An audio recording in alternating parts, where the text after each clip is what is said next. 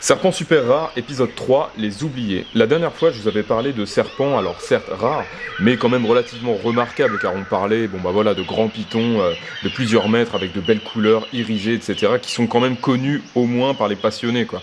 Là, je vais vous parler de serpents tellement oubliés, isolés, méconnus, tout ce que vous voulez. Vous allez rire, mais même quand j'en parle aux passionnés, ils se moquent de moi, ils me disent « Mais c'est quoi ce machin tout noir là? Mais on est sûr que ça existe encore ton truc là, mais tu vas quand même pas aller là-bas pour aller chercher ça.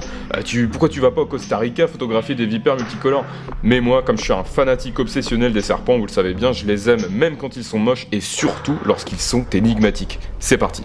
Alors je sais bien que les scolécophidiens, c'est-à-dire les serpents aveugles, sont sûrement les serpents les plus moches de la Terre, et promis, je ne vais pas passer mon temps à vous parler d'eux dans cette émission, parce que sinon vous allez vite vous désabonner de cette chaîne, mais moi je les adore, et pour en avoir eu un dans les mains en Amérique du Sud, je vous assure que même si ce sont des animaux qui au premier abord ont l'air, plutôt quelconques, ils peuvent vous étonner.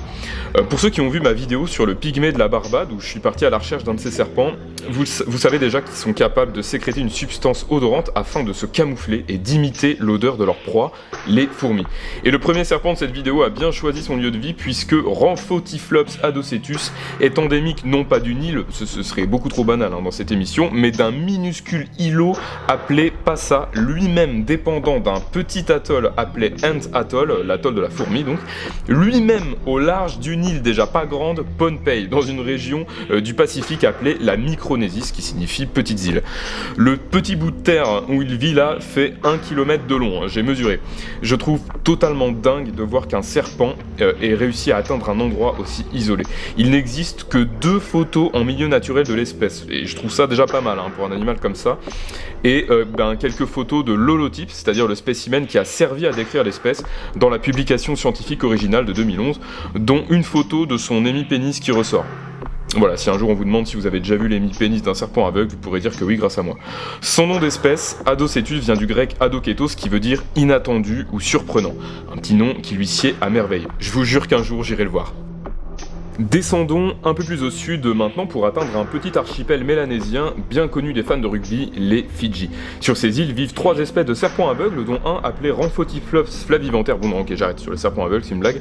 Sur l'une des 2 îles principales de l'archipel, vit le seul serpent venimeux terrestre des 3000 km à la ronde, Ogmodon vitianus. Il n'existe qu'une ou 2 séries de photos de cette espèce fouisseuse ne dépassant pas 30 cm et vivant en forêt primaire et dans les potagers où il se nourrit entre autres de vers de terre et de larves de scarabées.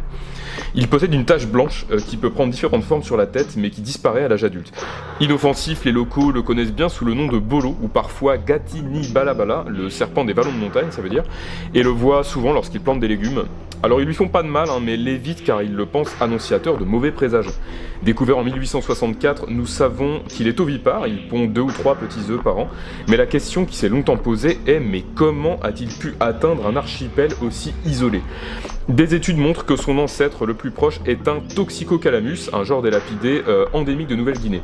Les Fidji n'ayant jamais été rattachés à cette dernière, son seul moyen d'avoir atteint l'île est la méthode du radeau. Et oui, c'est comme ça que la plupart du temps, les serpents colonisent les îles. Une grosse tempête fait tomber un arbre à la mer ou inonde totalement la jungle et des centaines de débris se retrouvent dans l'océan.